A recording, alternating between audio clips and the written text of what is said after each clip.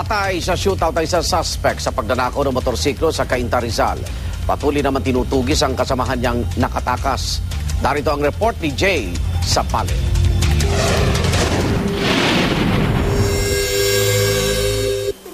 Inspector ka? Laking pasasalamat ni Vergel Ponciano matapos maibalik sa kanya ang motorsiklo at bag na tinangay ng riding in tandem habang nakahinto sa madilim na bahagi ng kanto ng ROTC at Ortigas Extension Cainta, Rizal pasado alas 2 sa madaling araw. Umihi ako, sir, di ba? Tapos bigla silang dumating. Sabi niya, dapa. Di humarap ako, may 3-8 kasi sira.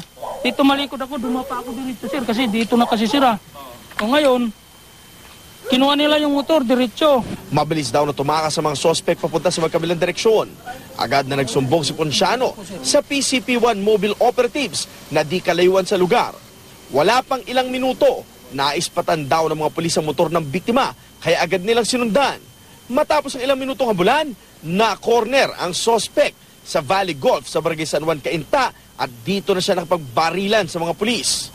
Medyo naabutan namin, tumagilid na rito at pinutukan pa kami. Siyempre, nasa danger yung aming buhay, gumanti na kami. Dead on the spot ang suspect na positibo kinilala ng biktima na siyang nanutok ng baril.